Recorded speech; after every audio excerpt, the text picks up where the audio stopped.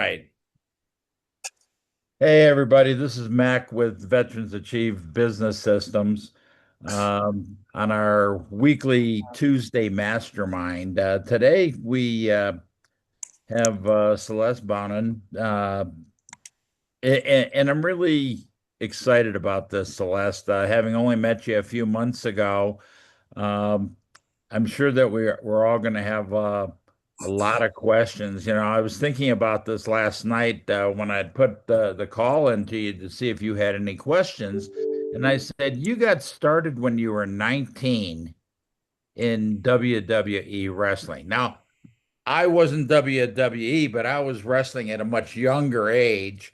But it is pretty remarkable, and I look forward to hearing what you have to say. What this 20-year journey that you've been on for the beginning part of your life, and how has that brought you from a teenager barely out of high school? How did you get involved? I mean, was it the right place, the right time? And um, you know, I think it's going to be really interesting because we're all on a life journey in that, and so many of us want to do something and we want the results today.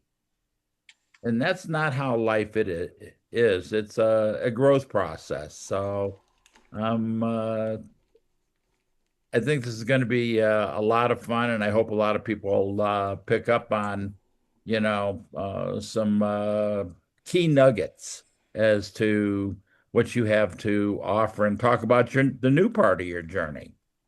Yes. Yeah, not your typical first corporate job. Yeah. Is WWE it's a it's corporate. But so I started, thank you, first of all, thank you for having me on.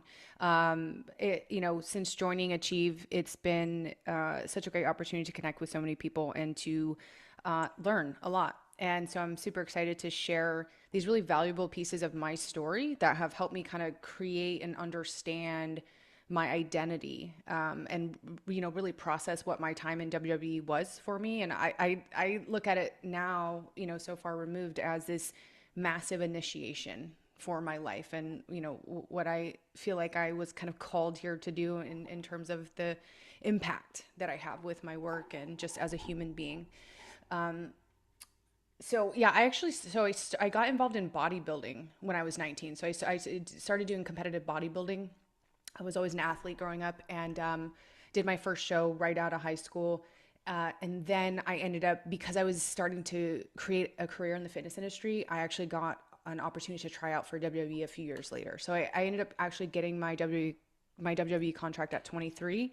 And my career spanned about 4 years, and it was like the most intense 4 years as you can imagine. And today, I have a presentation today that it will take you guys through a little bit about me, so there's more understanding in terms of what I teach and what I really specialize in. And then I have a whole content portion that, regardless of where you are in your life or your career, it can help add a little bit of structure to how you see your unique and specific expertise and genius, and how you can really monetize that. Because there's really no rules in that game, and I think depending on how you look at life, there's really no rules to anything. Especially when all of us are business owners, and we're creating our own paths, and we're leaning on our experience and our career skills, but also our lived experience to kind of create the architecture of who we are and what we do in our work. So I'm gonna, if it's okay with you, Mac, I'm gonna go ahead and share my screen. Yeah, go ahead and Oh, all right. just send me a request and I'll approve it. And Okay, there we go. You should be on board now. cool. Okay, can everyone see this first slide? Identity to income. Yes. Okay, cool. Question, and like, don't overthink it. It's just kind of fun. But who wants to be able to just get paid for being who you are? Right? Okay. So along the same line, like, if you want to, who wants to get paid for being who you are, but you struggle with sometimes identifying what your unique expertise is, or you struggle with really embodying the value of that expertise, or you struggle with positioning yourself as an expert in your field. Does anybody struggle with any of those things or all three? Okay, so this will help clear, like, I have a very tangible structure for how to understand your unique life experience and your career experience to create something that is so unique to you and what you bring to the world, and to make money off of it. First, a little bit about me. I'm a speaker, coach, former WWE champion. I teach leaders, creatives, and business owners really how to leverage your lived experience and also nervous system authority. So being able to master your nervous system in high pressure situations. And I also help with storytelling to build a iconic personal brand regardless of the industry that you're in. So this is regardless of what you do and what industry you're in, this is applicable. So it's about strengthening how you show up to your life, your career, speaking engagements, social media, and we'll get into some of those specifics, but this is really universal to you, especially as business owners, no matter what industry that you're in or what your specific expertise is. So first, I wanted to offer, this is a QR code to my Instagram. Instagram is the primary social media channel that I'm on, so it's where I share most of my content. I have been on a content creation journey for the past more than a decade, and Instagram is my main focus. And I'm also actually launching a YouTube this week with the energy of the fire horse behind me, that momentum. But you can scan this and it'll take you to my Instagram. And again, this is where I share most of my content. And this is actually where I was able to create the most leverage in terms of growing social media over the past decade. So this is kind of like my favorite platform. Okay, so this is like a kind of a recap of my successes in my life. Like I mentioned previously, I was signed to the WWE in 2010, and I was very young, 23, literally zero experience. I actually debuted on live TV, wrestled on live TV for the very first time with zero experience. WWE has an umbrella of shows. And so there's Raw, SmackDown, those are the most notable ones. And there's a few other shows under that WWE umbrella. But at the time when I was signed and got my contract, my developmental contract, which is kind of like the minor leagues, there was an all-female reality elimination show, and someone got let go. One of the women that was supposed to debut on the show got let go last minute, 5 days before the show was supposed to go live. And I was just next in line. So I got a call from the corporate office, and they said, "Hey, kid, you're up." I didn't have, I had just gotten my contract, so I had no in-ring experience, no opportunity to create my character or my arsenal of moves. I didn't have any experience speaking on a microphone. So I literally was just thrown on live TV for the very first time and wrestled. And it was a wild ride. And I actually ended up winning that reality elimination show. And that's how I got my spot on the main roster. And then I worked very hard behind the scenes for a few years and ended up with a shot at the title. And I won the title in 2013, actually in my hometown of Houston, Texas. And I was like a career good guy. So in wrestling, there's good guys. It's always good versus evil. So in the professional wrestling world, they call the good guys baby faces and the bad guys heels. And I was like a career baby face. So I was always a good guy. And typically, the good guy never wins the title in their hometown, because the psychology of that is you always want the bad guys to have heat, or you want the audience to hate the bad guys, not want to see them win. And so it was very unique for me to win as a good guy in my hometown. And then shortly after I left my WWE career, again, it was a 4-year span, I founded a fitness and retail brand called Celeste Bonin, where I actually patented a legging design called the Booty Scrunch Legging. And you can, pretty much any gym you go to now, you'll see this legging design. It's that little ruching in the rear of women's leggings that adds a little bit of curvature. And when I was wrestling, I had that seam sewn into my wrestling gear. And when I left the WWE, I wanted to start a business around the concept. So I patented a legging design. and I was the CEO and the face of that brand. So this was my opportunity to build a personal brand outside of a character and outside of this massive corporation of WWE. So this was kind of like my first taste of entrepreneurship, learning what it was like to build a social presence, learning what it was like to build a business and a brand. And I actually grew this company, Celestial Bodies, to a 7-figure business within 3 years. And so I was really on this massive momentum energy, and I started to be recognized publicly on like magazine. This is an example of one of the magazine covers I did in 2016 after 2 years of being the founder and CEO of Celestial Bodies. And this was very pivotal for me because I started to be recognized as an entrepreneur and a businesswoman, not just a professional athlete or professional wrestler, which was very, very big for me. And then now I am a coach, a speaker, and so I share these things because I've essentially reinvented myself and created a very strong personal brand in 3 different industries. So it was professional wrestling, uh, fitness and retail brand, and now coaching. But it wasn't all rainbows and sunshine. So these are the very big, like specific markers of my career, my successes, the things that I can kind of hang my hat on and give me a lot of social credibility when I'm creating content or when I'm networking or sharing about who I am and what I do. However, even though I reached these really big heights of success, there was a lot of cracks in my foundation. Again, I started my career in the fitness industry at 19, and then I started my WWE career at 23, and I was a baby, and I ended up leaving my WWE career with 2 years left on my second contract. I didn't finish my contract because I essentially folded under pressure, under the pressure. I crumbled under the pressure. I was dealing with immense anxiety, imposter syndrome. My body was really, I was constantly under stress. I was just had cortisol pumping through my body 24/7.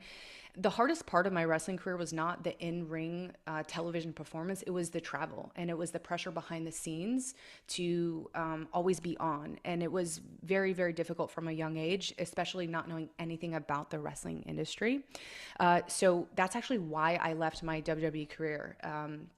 I essentially just asked for my release because I was gaining weight. My skin was really bad. I had uncontrollable anxiety, and I didn't feel aligned in that career anymore. I didn't feel like I could keep going. So I left, and then within 6 months is when I founded Celestial Bodies, this fitness and retail brand. And kind of the same thing happened. So again, like I built Celestial Bodies to a 7-figure business within 3 years. So the business growth was very, very rapid.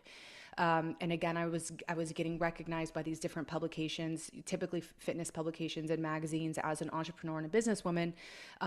But behind the scenes, I was experiencing the same difficulties, same pain, same anxieties that have essentially led to me leaving my WWE career, and this was happening again behind the scenes in my fitness and retail business. And actually, this magazine cover right here, I had, like, it's a beautiful photo of me, and the photo shoot was an amazing experience. But I was abusing substances. I had such bad anxiety. I was really, really falling apart behind the scenes, even though you couldn't really see it here in this magazine cover. But I was essentially starting to repeat that same pattern of reaching like a crash out, a burnout.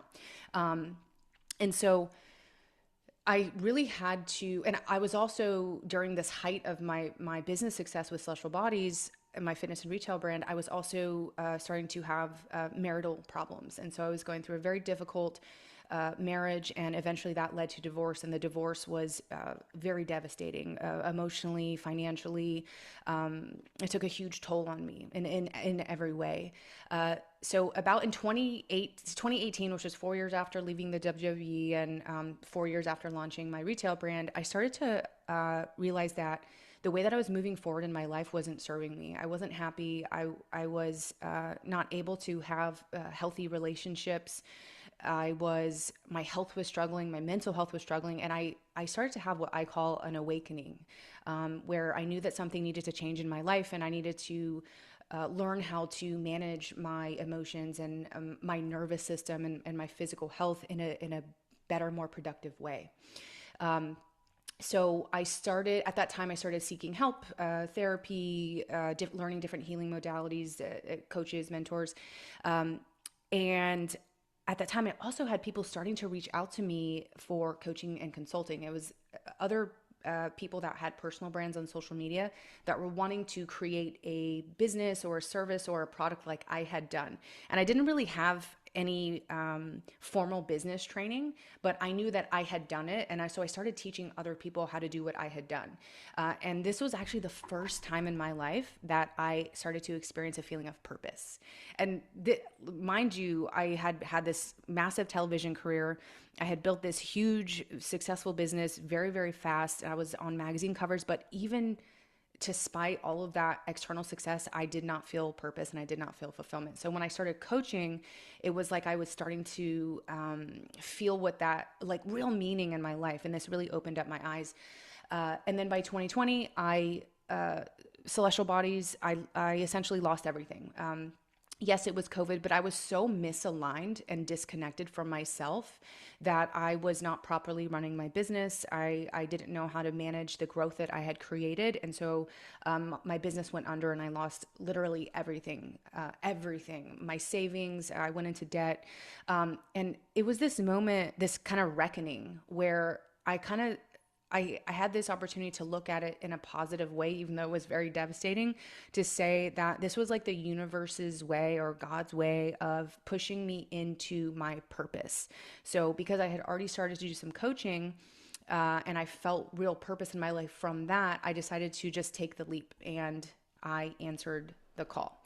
So in 2020, I started my coaching business and I started doing group coaching, private coaching, and holding live experiences.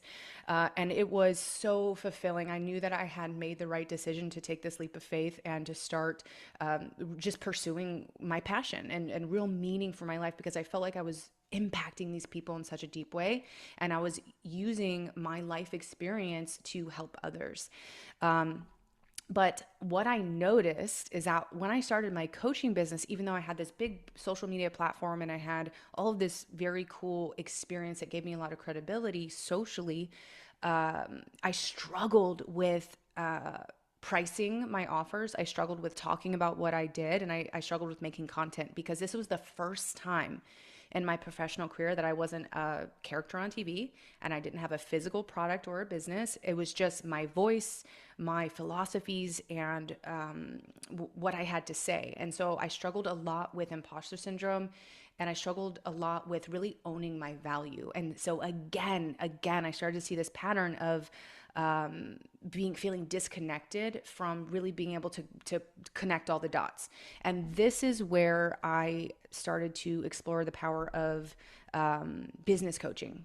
So I hired a coach within the first few years of my coaching business, and you guys know her, it's Leela. I worked with her through several different programs, and she really helped me synthesize my life experience and my life story into something of real value. She helped me master my nervous system and feel more confident in making content, networking, speaking about my offers, and speaking engagements like this. Like, she really helped me own my unique value and expertise. And ever since, I have been, I'll backtrack. The power of this coaching is literally what helped me create stability again in my life, both financially, emotionally, physically, and in just every level of my being. Working with her helped me just find my footing again. And so now I was in this position where I felt like I was answering the calling over my life, like my life purpose. And also I felt stable in that. I felt confident in that. I felt like I had mastery over myself and the way I presented myself publicly and socially. And it was like all the pieces started to fit together. And that's why I'm here today. I had help really understanding my unique value and my unique genius and expertise, and I had help owning it and learning how to articulate my value. And so I've created a actual structure to take you guys through my process of, this is like what I teach my clients when, whether they're business owners or they are trying to build a brand on social media. This is a formula that I use to help them really understand their identity architecture, like who they are, based on not just like their career roles, but also their lived experience, which a lot of times we don't tend to put those things together when we're thinking about our career path. We just look at our past career skills and maybe the degree we have. But I help people really synthesize their career roles and their lived expertise. The next part, I do want to mention that these aren't separate. These all build on each other. So when I get more into the presentation, I'll talk about identity architecture, and then once we have an understanding of that, we'll move into personal branding, which at the most fundamental level is knowing your value and knowing how to own it. And then the third part that makes it all come together is your authority and positioning, which is really turning your understanding of your identity into opportunity and income. So this is the structure that I teach most of my clients to help them break through the next level of, again, like their personal brand or their business or their offers. I work with people in many different industries, but they're all always creatives, leaders, or business owners. So, your identity architecture, I want you to think of this as like your aha, like your clarity, your internal clarity of who you are, like what your real value is in this world. And again, it's made up of two parts: your career experience and your skills, and also your lived experience. So, just for like the purpose of having like a under like almost like an embodied understanding of what the concept of identity architecture is, this is clarity. This is you having an immense level of clarity on just who you are in the world. And so we can break it down. Again, it's like your career roles, which is really just like your skill set, what you have acquired in the span of your career. So, like the different jobs that you may have had that gave you technical skills, gave you understanding of, different roles in the professional world. Then you have your lived experience. And this is what most people tend to leave out when they're creating their identity architecture, because a lot of times we don't feel like it has value because it's just like, this is my personal life. But the things that happen in your personal life, whether it's, difficulties with parenting, or maybe you struggled with your health and maybe your weight for years, and you learned how to turn that around and get into, the best shape of your life. Like, it has such innate value in it. So your lived experiences give you depth and emotional intelligence. And when you start to put those two things together, you get this ultimate resume for your life. And this is what I call authority. Like, this is where you really start to own the complexities of your life. So like, just for like examples of how this could be applicable to you, this is what I see a lot with people that I work with, and this is true for me too, just who I am. So maybe through your career roles and your lived experience, you've become exceptional at helping people regulate their emotions or regulate their nervous system. Maybe you've understood how to simplify super complicated systems. Maybe your superpower is that you lead very calmly under pressure, or you know how to create structure out of chaos. So these are just things that it's almost like the through line of your superpower. How have you been able to overcome challenges, whether in your career or your personal life, that have given you such a specific skill that is so applicable to what most people need? Okay. So once, like, and I'll go back to this. Like, this isn't something that I think you can just look at and take some notes out and be like, "Oh, perfect." But this is something to kind of sit with. This is something to kind of, like, if you meditate or you set time aside every day for, a morning routine of contemplation, or this is something maybe you do at the end of the day. Essentially, like, whatever time you take for yourself throughout the day where you're just sitting with yourself and processing what you're thinking and what you're feeling, if you do that, this can be something that you can sit with. Like, what skills do I have? Like, what technical abilities do I have? You probably already know what those are, because you're business owners and you offer a product or service. But maybe you can start to create more dynamism with that when you start to integrate more of your lived experiences into that skill set that you already know. So I would really encourage you to sit with this, meditate on this, or just kind of keep it in your awareness, which will allow you to have insight or downloads, or just, it will, again, your identity architecture is about clarity. This is about you having such crystal clear clarity around just your innate value, your innate expertise. So maybe, like, maybe this gave you a ton of clarity right now, but I would recommend sitting with this. So maybe if you want to take a screenshot of it, or maybe you have notes, like this is something that really, really helped me in my journey of learning what my specific expertise is and how to eventually monetize it. So the second part of this is your personal brand. And a lot of times, and I'm included in this camp of people, I think generally when most people hear personal brand, we think logo, what our website looks like, what we wear on stage when we have speaking engagements, like that's your personal brand, or the type of content you make on social media, which is true. But I want you to think, like in this context of this conversation, I want you to think about it as your personal brand is just your external expression to the world, how you move through the world, how the cadence at which you speak, the tonality of your voice, the space that you hold for yourself and others. Like this is the energy that people feel from you, whether they are in around you in person or it's a virtual experience. So this is, you know, there. I believe that being a business owner is a very spiritual experience, right? Like you have to refine yourself in such a way that you're able to show up in public situations or on social media with a level of confidence that most people shy away from. And it requires you to do a lot of inner work to be able to show up like that. So I think that if you are going through a spiritual process like that, or building your own business, that type of thing, you understand energy to a certain capacity. Like you understand that the way that maybe you make your clients feel when they're in your energy. And this is, I like to think of, and this has helped me in a lot of situations, whether they've been speaking engagements or, private containers with my clients, or even creating content, is that my energy, regardless of what I'm saying, the content of my words, my energy is like a blueprint for people. And this is true for each of you. The way that people feel when they're in your energetic field, the work that you have done on yourself is creating a blueprint of what it might feel like if they were able to develop themselves emotionally, physically, spiritually, in the way that you have. So regardless of what you're saying or the content of your words, again, this is about, like, your personal brand is how your energy blueprint, how people feel in your energetic field. It's very powerful. And when you have that knowing, even though not everybody is aware of energy in that way, they're subconsciously aware. So people might really be drawn to you, but not know why. But you know why, right? It's the way that you hold yourself. It's the way that you carry yourself.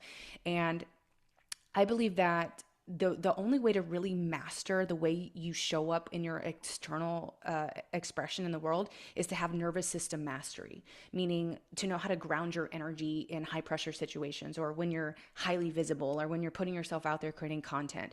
So personal branding is so intricately tied to nervous system mastery.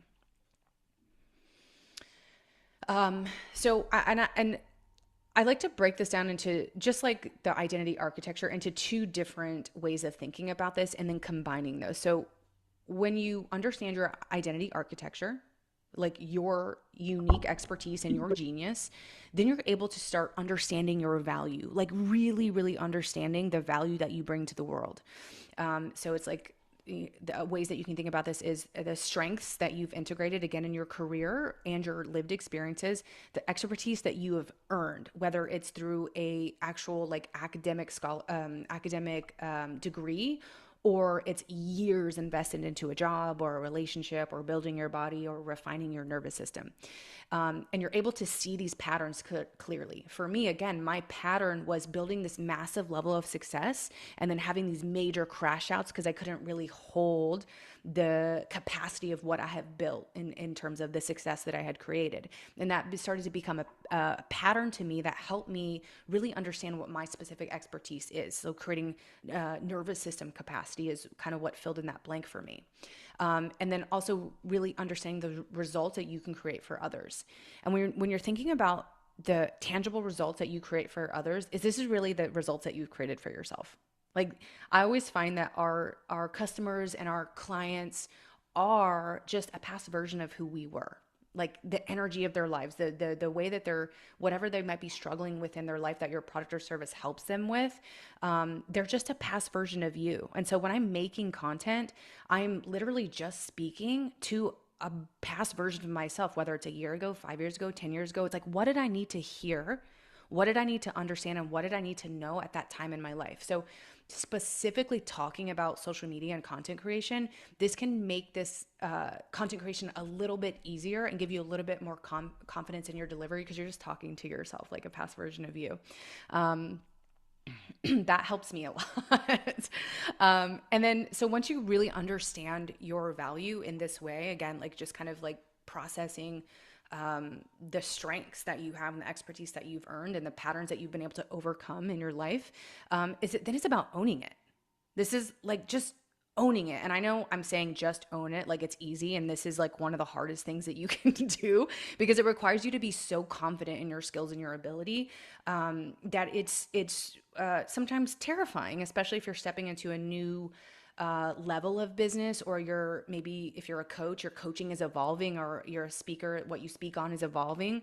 Owning it can feel difficult, but what I've noticed in my own personal experiences, a lot of things that I go over with my clients in private containers is this, like, I want you to think about owning your value as the way that you speak. Again, like the cadence at which you speak, the tonality, how your speech makes people feel and how it affects them emotionally, the way that you enter a room. And I know we've all had the experience where we've been in like a very public setting and somebody walks in the door and their presence literally just shifts the room. People are drawn to them, they're magnetized to them, and it's not even anything specifically about them. It's like an energy. They have a magnetic energy. And I want you to start to imagine yourself as that person. Anytime you walk through a threshold, anytime you walk through a door, your energy is so palpable that it can literally shift a room. And then, speaking to virtual stuff, speaking opportunities like this, virtual or creating content, so just the way you show up online, your level of confidence, your lighting, the way that you dress, the way you introduce yourself, and the way that you talk about your expertise. And again, like, and I know I've spoken to this in about nervous system mastery when it comes to personal branding, but when you have this level of mastery over your energy, your emotions, your nervous system, like the way that you react to external things like outside of you, is what allows you from knowing your value to go from just understanding and knowing your value to really owning it, to making people understand that you are a true expert in what you know, a true expert in what you teach and what you offer the world.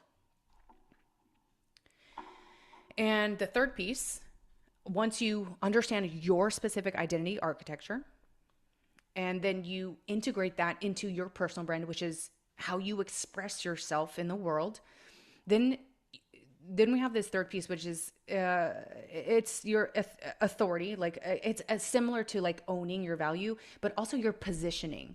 So this is how your authority is how you're perceived, like how other people perceive your energy, the words that you say, the way you show up on social media, and your positioning is how you frame your expertise. So a lot of people, and this was one of the things I struggled with immensely before I invested in coaching, business coaching specifically, is that I didn't know how to position myself and talk about my expertise. I was very hesitant in like really owning that part of this process of turning my identity into income and elevating my opportunities. And the positioning yourself can be really fun. Like, I think it can also be intimidating. I know it can be really intimidating, but your positioning, there's really no rules. It's like knowing the tangible outcomes of your product or service, knowing your niche or the person that you're talking to, which is really just a past version of yourself. And then learning how to position what your offer is, again, product or service, to those people based on your specific expertise. And this can be really fun in content, in content creation. And a lot of content creation is really just data driven. Like, you just try different stuff. You learn about what's trending, what people are drawn to, kind of the what's happening culturally on social media. And it helps you position yourself in a way that you're going to be seen more. I really think authority and positioning as a whole, like this part of the structure of what I'm talking about today, is about I lost my thread. It'll come back to me. I had something else I wanted to say. It'll pop back in my head. Maybe I'll come back to it. And there's one more piece to this. Okay. So once you have these three pieces that, again, like they all build on each other, your identity architecture, which is like your clarity, like you're just clarity on who you are, then integrating that into your personal brand, which is your external expression, and then knowing how to position yourself out in the world, whether it's online or in person, networking, whatever. Then you're able to, once you have a deep, in-depth understanding of those three pieces, then you're able to leverage your story. And this is actually one of the most significant pieces of wisdom that I gained through business coaching, and specifically working with Leela, is not only learning a format in which to tell my story, and she taught me the hero's journey format, which is 4 parts, and it is designed to help me have clarity on my own life experiences, and really identify where I shine and what my expertise is.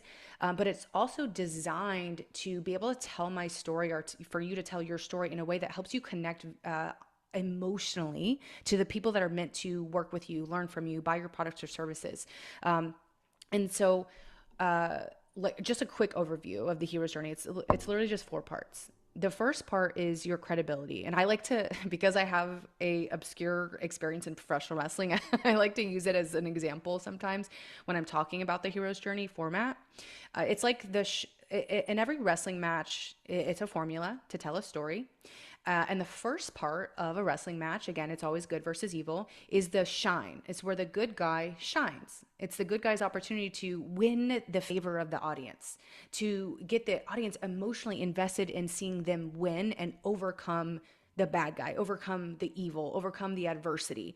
So when it comes to the first part of your hero's journey, it's your high point, it's your credibility, it's what makes people want to listen to you, want to learn from you, and want to know more about you. And then the second part is, once you've expressed who you are, why you're so great, why your life is amazing, establish why people want to listen to you, then the next part of your hero's journey is your low point. But it hasn't always been this way. I went through this, and this. For me, it was noticing this pattern over and over and over again of feeling misaligned, not answering what I felt was the calling over my life, overworking myself, not understanding how to master my nervous system, my emotions, my emotional triggers, and feeling not confident in the way that I was expressing myself. So typically when I'm telling a version of my hero's journey, and this can be for a 60-minute keynote or a 45-minute mastermind presentation or a 90-second piece of content on Instagram, but this is about like your low point, like really what you overcame, what your biggest struggle was. And this is the part where your audience becomes so emotionally invested in your story because they see themselves in you. That's me right now.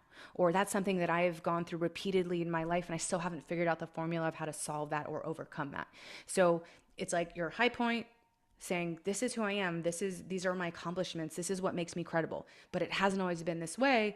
I struggled with this, and this, and it almost ruined my life. I felt like had zero control over my life. And then the third part of the hero's journey is your turning point. How did you turn it around? What did you do? For me, it was learning from others, from getting help outside of myself, coaches, healers, listening to podcasts, reading books that helped me expand my perception of myself and my value, and seeing life in a different way, opening my heart, helping me have connection with the deepest aspect of myself, realigning me with God. So it's like, what is your turning point? What helped you turn your life around to where now you are a business owner and you're offering a transformational product or service to others? Like, what did you do to turn that around? This is like the real value. And once you're in this part of your story, people are already resonating with you and connected to you emotionally because they understand your low point, because they're either in that part of their life right now, or it's a pattern that they keep repeating and don't know how to change. So you're all of a sudden offering them a lifeline, saying, hey, like, if this is you, this was me. this is how I turned my life around. And again, you've already showed them who you are and why you're credible. So this is the point where they're like, okay, this is someone that I might want to invest in. Again, whether it's you have a product or a service or a community that you want people to join. And then the fourth part of the hero's journey is pretty simple. It's literally just your high point again, but you've already taken them through this journey of your life. So now they're listening on a deeper level. They're emotionally connected to your story, your expertise, and what you're offering. And a big key point of knowing how to tell your story, and this is like the one of my most favorite parts of working with people, is helping them deconstruct and then reconstruct how they tell their personal story or their life story, is you always want your turning point to be connected and related to what you sell, your offer, your product, your coaching, because that is your expertise that you gained through real life experience. And so you've qualified yourself through the way that you tell your story. And once you've mastered how to tell your story, it's like kind of a format or a way of thinking that lives in your mind. So again, you can tell it can be very useful for a 60-minute keynote, a 30-minute speech, or literally just like a 10-slide carousel post on Instagram. Like you start to understand how to integrate your story into everything that you talk about. And so there's always that deep personal connection, and then also offering that value of what turns your life around based on your life story. So to kind of wrap this all up, your identity, like really understanding your unique identity and expertise, will start to up level your income and create more opportunities for you once you really integrate your full life experience. Again, like your professional skills and also your lived experience. And then once you have the understanding, you're able to articulate your value more clearly in job interviews or potential partnerships or sales calls. And in the same line, you're able to embody your authority consistently, the way that you create content, the way that you show up when you enter a room, the way that you write your newsletter, and you're able to also position yourself very strategically. So like some examples of how this can show up, like no matter where you are or what you do, like where you are in terms of your journey as a business owner, this can help you grow your influence, like, and not just like being an influencer on social media, but your influence in real life, your ability to influence people in the things that you say and how you live your life. It can really come into play when you're refining your offers. Maybe you're elevating your pricing, or you are, creating a new coaching experience for people. It can expand your leadership. So if you're in a job and you want a raise or a better position, it's just increase your visibility in general, or elevating your positioning or scaling your business. So this content is really applicable to you no matter where you are in your journey of owning a business or expanding yourself professionally. These are just some examples of the power of knowing your identity architecture, integrating that into your personal brand, and then being able to position yourself strategically to get what you want, to make more money, to raise your prices, whatever it is that you're going after.